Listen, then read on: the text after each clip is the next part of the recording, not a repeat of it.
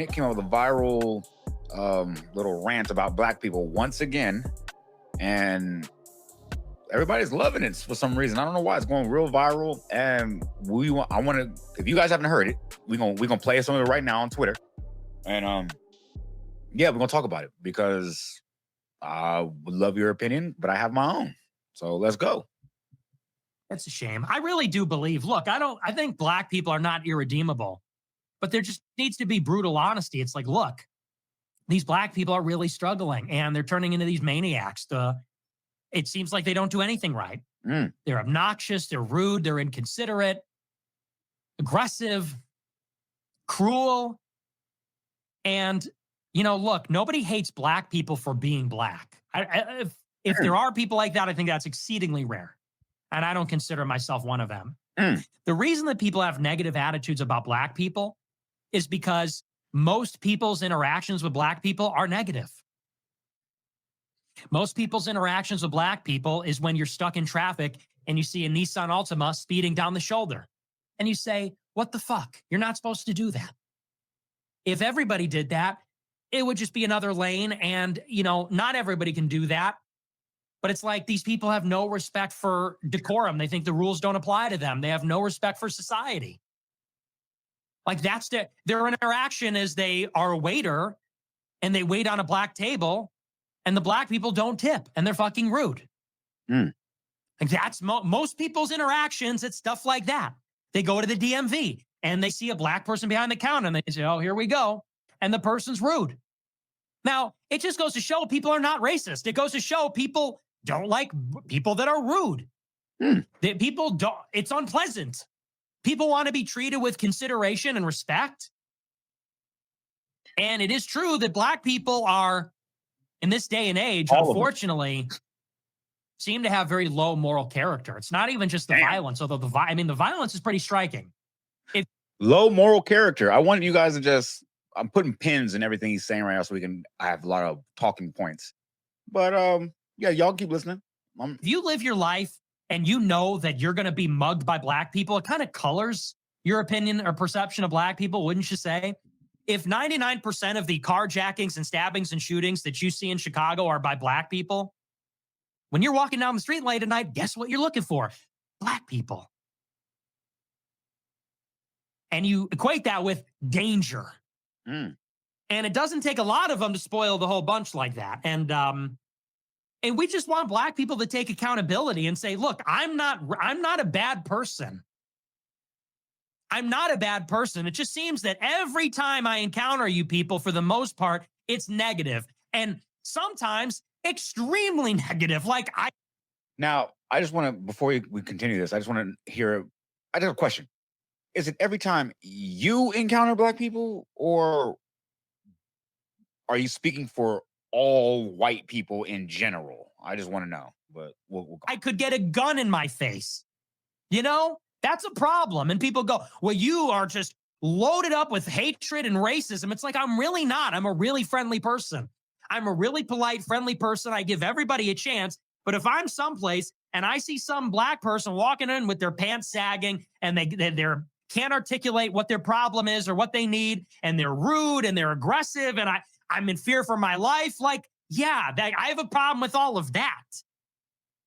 He sounds like he's talking about somebody very specific, though. And people go, and these black people go, well, you're racist, you're racist. It's like, no, I just hate inconsiderate behavior. If black people were super well behaved, we would be racist in the other direction. We'd say, black people, oh, yes, dude, yes. My day is about to turn around for the better. What can I help you with, sir? Please come right on in. Man, what a relief to see you here. You're a sight for sore eyes. If black people were known for being the best, then we would be racist in the other direction. Oh, finally. So yeah, that really bothers me. It just bothers me in this damn ass city because that's all it is in Chicago.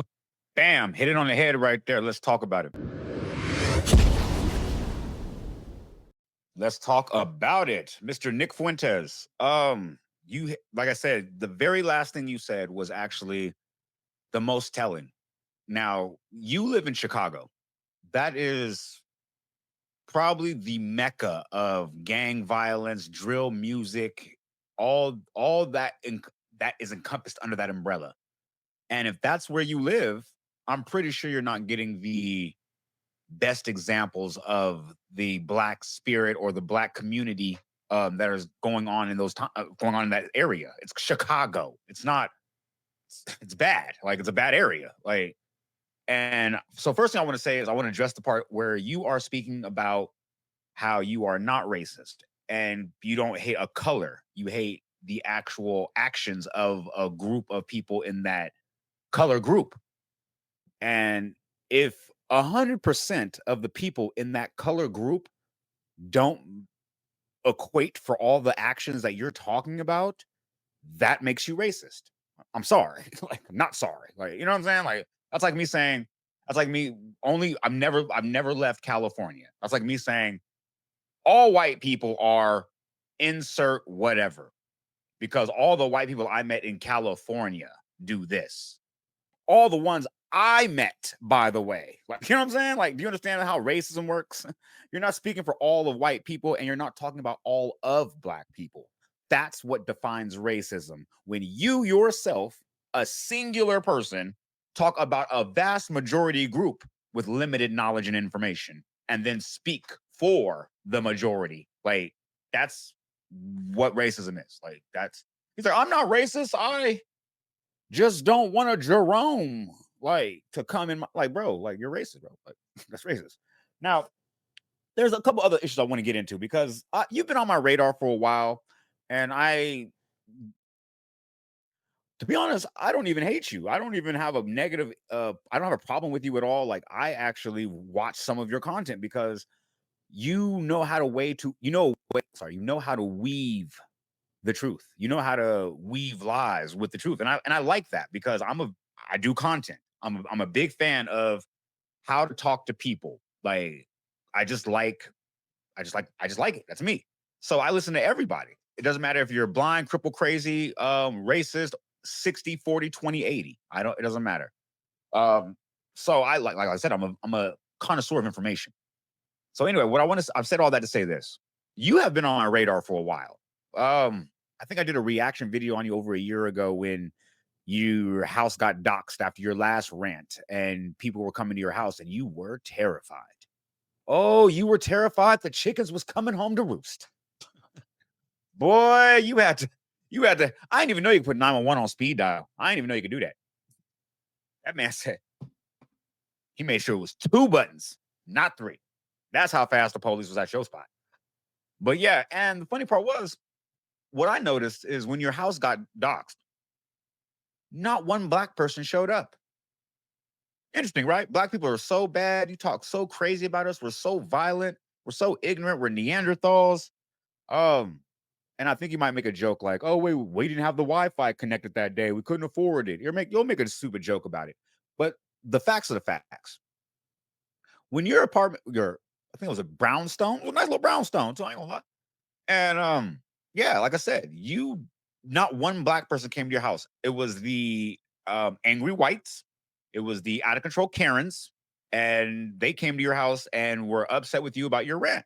It was your people, the people you supposedly speak for, which is very interesting. And you were rude to them, by the way. Did you spray? You maced a woman in the face? One of your people, by the way. You know what I'm saying? I thought that was so funny, by the way. That's why the police were there again, because a woman came to your house not agreeing with what you said, a woman of your content, a melanin content or lack thereof. And as soon as you open the door, you don't want no problems. Like, that's how scary you are. So when I take that into consideration, meaning that if you're scared of a woman in her 50s approaching your door, I could see how some of the local element in the drill scene could terrify you. And it makes sense. They are terrifying. Like, that's what I'm saying. You bring up a lot of good points because there are, like I said, nobody is 100% perfect in their race group. Like, it's impossible. Like even in your group, you got the trailer park that we have to discuss one day or another, or we could just leave off the table. Hey, up to you. Like, you know what I'm saying? Everybody has negative examples of what their race could do. It's humans. Not everybody's perfect.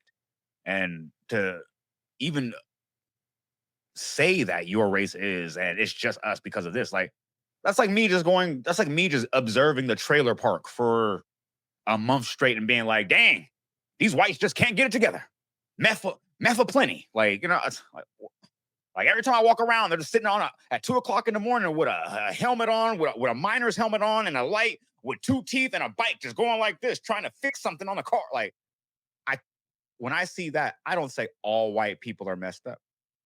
It's crazy because I actually lived in a town where the majority was white, and that was actually the trailer park was actually known for being a major part of the city. If you know about Santa Cruz, go look it up.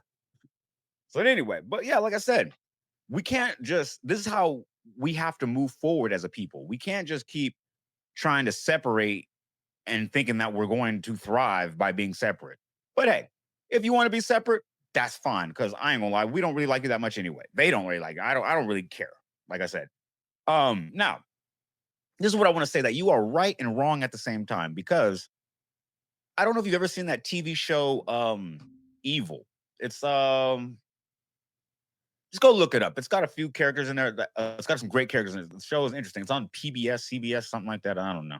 It's been on for 3 years. But anyway, I'll give you a brief synopsis. It's like a TV show where a priest and two non-believers go try to figure out things in the world that are happening, like exorcisms, demons, things like that, supernatural things like that nature. Now, the biggest thing on that show is evil has a lot of ways that they spread evil. One of the ways is that there's a character on there called Leland. He's not a demon. He's not possessed. He's not big and buff. He's not Hitler. He's not what I was thinking of? Short dude, Napoleon. He's not Napoleon. He's just a whisperer. His job is to actually go into talk to a kid who's a standout. Like, who doesn't stand out. He's like maybe a nerd in his school. He gets him and whispers in his ear to go shoot up the schools by telling him that people don't respect him, things like that. He'll have a normal person thinking that everybody, his coworkers hate them, and he should probably go there and maybe, like, you know what I mean? That's what he just whispers little things. And he starts off by telling them the truth. Gives them a lot of truth, because what did the devil say? I think it says it in the Bible as well. Or it says it anywhere, actually. Any psychology book. You can tell a lie very accurately if you mix in as much of the truth as possible. And that's what you're doing. It's easy to rile people up by giving them pseudo truths and then packaging it and wrapping a bow around it saying, oh, yeah, I'm not racist. I'm helping the people. And if you think this way, you're not racist either. You just think like this. Like, it's obvious. Now, as far as the black people who love you, that's awesome. I don't care what people feel like. You know what I'm saying? I mean, I said that's super wrong. It's not that I don't care about what people feel. It doesn't affect me. Like, you know what I mean? Like, what people feel don't affect. What people do affects. So if people like you and they watch your channel and support you, that's what's up. Now, as far as them drinking the Kool-Aid and saying that what you're saying is gospel, I'm gonna have to just call cap and say that is just worldly wrong. Like, sorry, I was just thinking right now about the Hodge twins. There's a group of gentlemen, the Hodge twins, they got to be the biggest coons on the planet. I'm sorry. Uncleest of daddies. Like it's crazy. Uncleest of daddies, Uncle Tom. God dang it. Can't say your name. I can't even get my insults on. Can't even get my insults right. Uncleest of daddy. That's wild. Yeah, so I was gonna say the Hodge twins or the Doge twins, whatever the hell you're called. You're these two light-skinned brothers who want to be invited to the white conversation or the white table more than anything in the world. And like I said, and you guys as well, I love your content too. Love your content. I ain't gonna hold you. Love it. Think it's hilarious. Because like I said, a lot of lies are weaved in with truth. But I think there was another dude named Steve something. He's over here building his own whites only city somewhere in the woods. Just just all the way out there in the sticks and the caves. Like, that's fine, bro. Do what you got to do. And you and the Hodge twins tried to invite themselves because they were like, yo, we've got 2 million followers and all we do is talk bad about black people, and we're self-deprecating, and we just pull on the white teat at any chance we get and look for them for any approval of everything we're doing. We're giving away free cars, and like, you have Confederate flag. Like, bro, you drank the Kool. You did it. We believe you. We believe you. We believe you.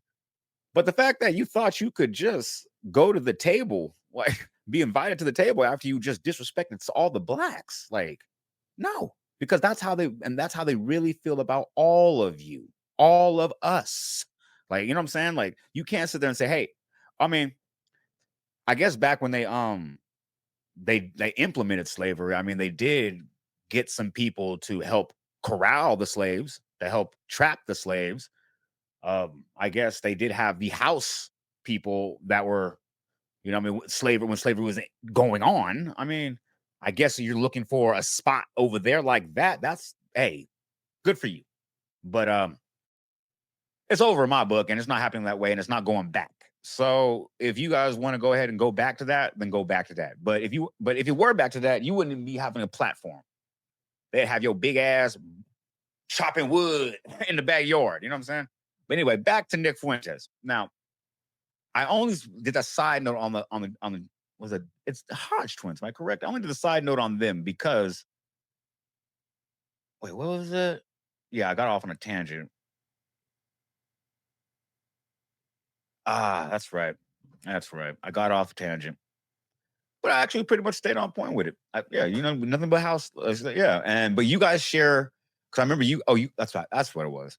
You guys did a reaction to what he was saying in this whole clip, and you completely agreed. You were like, "Yo, he cooking. That man going to church. Like, that man, like, bro, like, no, he wasn't. No, he wasn't. That man said black people today have low moral character, and you might be right about that. You might be right about that. But what I also noticed is that black people today have low moral standards. And I'm sorry, let me let that marinate, because what it is the standards are low because society's standards for them are low.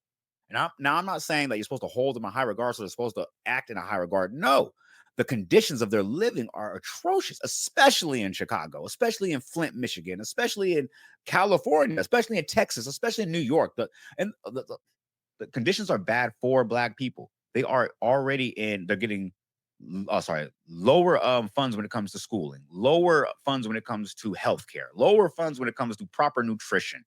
So they already started out the game of life at a deficit. And that's most.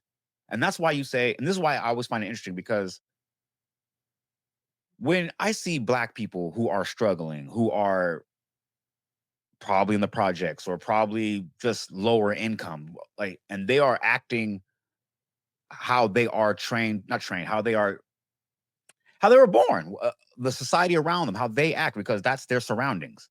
Now, if they grew up in a different surrounding, then they would probably act differently. But it's nature versus nurture. Now, you can have a Michelle Obama come from O Block in Chicago, but how many Taniquas and Tashinas came out of there, like, before there was a Michelle Obama? So, like I said, you have the projects. Now, I think you're judging, like I said, your whole theory about black people is so skewed. It's impossible to have an actual point for point argument with you, because you just automatically see black people such a negative way. And the truth is, you literally have the nerve to say there is nothing good about black people.